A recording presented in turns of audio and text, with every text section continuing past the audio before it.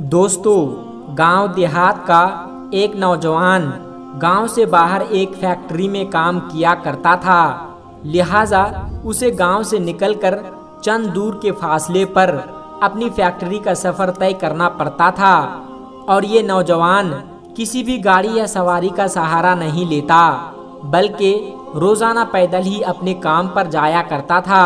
और इसका ये कहना था कि रोज़ाना पैदल जाने से मेरी वर्जिश भी हो जाती है और मैं अपने आप को फिट महसूस करता हूँ। अब क्योंकि इसका गुजर गांव के खेतों और हरियाली में से होता था, तो ये खुद को इंतहाई ताज़ा महसूस करता था।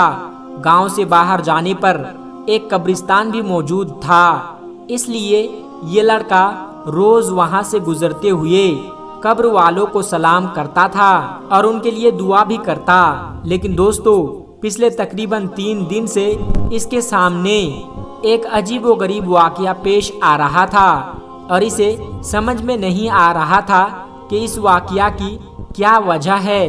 वो ये सोच रहा था कि मुझे यहाँ से गुजरते हुए तकरीबन 10 साल हो गए, लेकिन आज तक तो ऐसा कभी नहीं हुआ।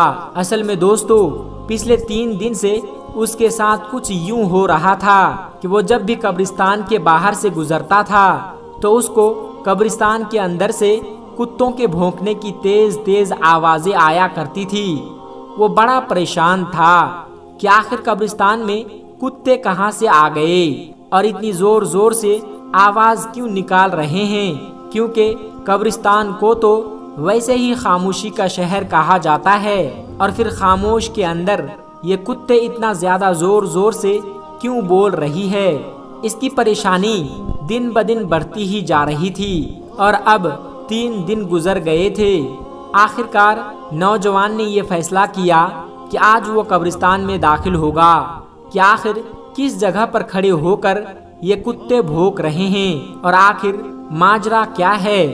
दोस्तों, अगले दिन जब कब्रिस्तान से गुजर रहा था तो कुत्ते के भौंकने की आवाज फिर से आने लगी।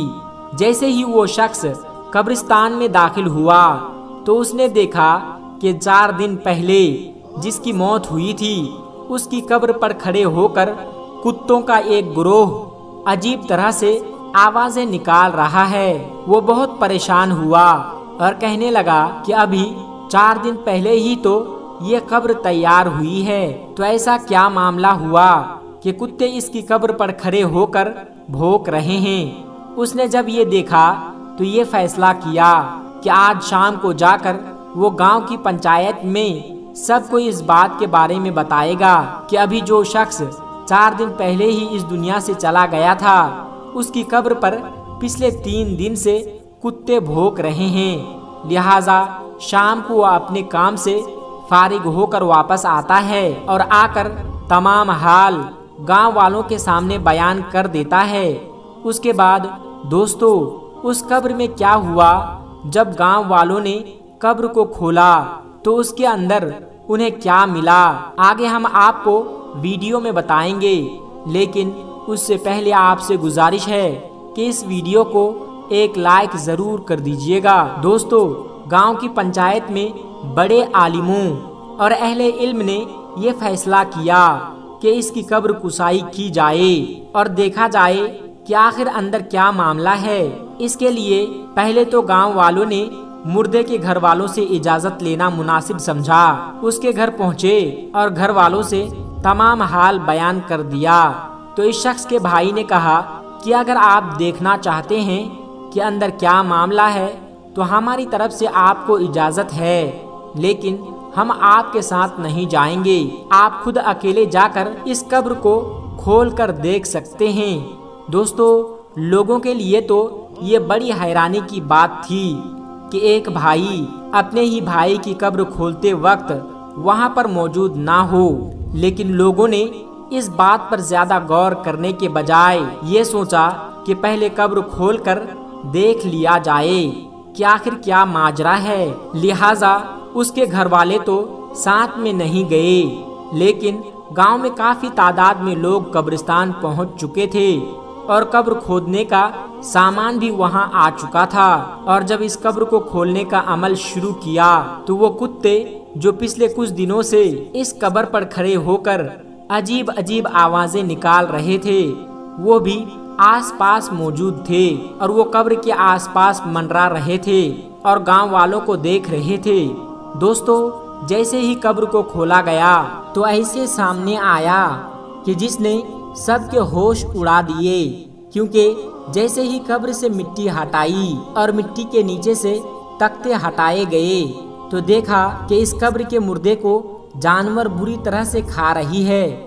یہ منظر دیکھ کر لوگوں کی چیخیں نکل گئی اور وہ فوراً اس کی قبر کو بند کر کے گھر کی طرف آنے لگے، کیونکہ اس مردے کو جانور اتنی بری طرح سے کھا رہے تھے کہ جو وہاں پر موجود تھے، یعنی جو لوگ وہاں پر موجود تھے، ان پر کپ کپی طاری ہو گئی اور انہوں نے اسی میں اپنی بھلائی سمجھی کہ اس کی قبر سے جتنا دور ہو سکے اتنا دور رہنا چاہیے۔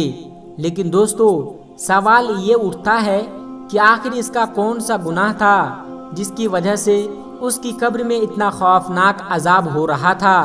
دوستو، اب دوبارہ گاؤں والے اکٹھا ہوئے اور اس شخص کے گھر دوبارہ پہنچے اور پوچھا کہ تمہارے بھائی نے آخر ایسا کیا کیا تھا جس کی وجہ سے اس پر اتنا سخت عذاب نازل ہوا ہے کہ مرنے کے صرف 3-4 دن بعد ہی اس کو قبر میں جانور اتنی بری طرح سے کھا رہے تھے۔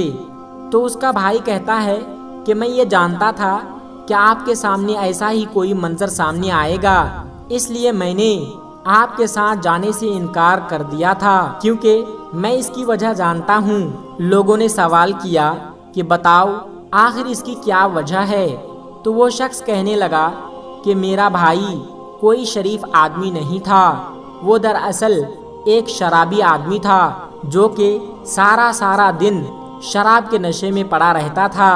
نہ اسے گھر کی پرواہ تھی اور نہ گھر والوں کی۔ اس کی زندگی کا مقصد صرف اور صرف عیاشی کرنا تھا اور وہ شراب پی کر اپنے رشتوں کے معنی بھی بھول جاتا تھا، یہاں تک کہ وہ میری ماں کو بھی گالیاں دیتا تھا اور باپ کے ساتھ بھی لڑائی جھگڑا کرتا رہتا تھا، اور جب شراب پینے کے لیے پیسے نہیں ملتے تھے تو وہ ایسے بدترین کام کیا کرتا تھا جس کے بارے میں میں آپ کے سامنے بیان نہیں کر سکتا۔ یہ وہ تمام گناہ تھے جس کی وجہ سے اس کو قبر میں اتنا خوفناک عذاب مل رہا تھا، اور ہم یہ جانتے ہیں کہ اس کا انجام اسی طرح کا ہونے والا ہے۔ دوستو، امید کرتے ہیں کہ آج کے اس واقعہ کے بعد آپ کو اندازہ ہو چکا ہوگا کہ شراب نشہ کتنی بڑی لعنت ہے اور کیوں دین اسلام نے مسلمان کو اس سے دور اور اسے پینے سے منع کیا ہے۔ دوستو، اسلام میں شراب پینا یا پلانا بالکل حرام ہے۔ ایک مسلمان کو ایسی چیزوں سے بہت زیادہ دور رہنا چاہیے۔ اللہ تبارک و تعالی عمل کرنے کی توفیق عطا فرمائیں، آمین ثم آمین۔ آج کی اس ویڈیو میں اتنا ہی۔ السلام علیکم۔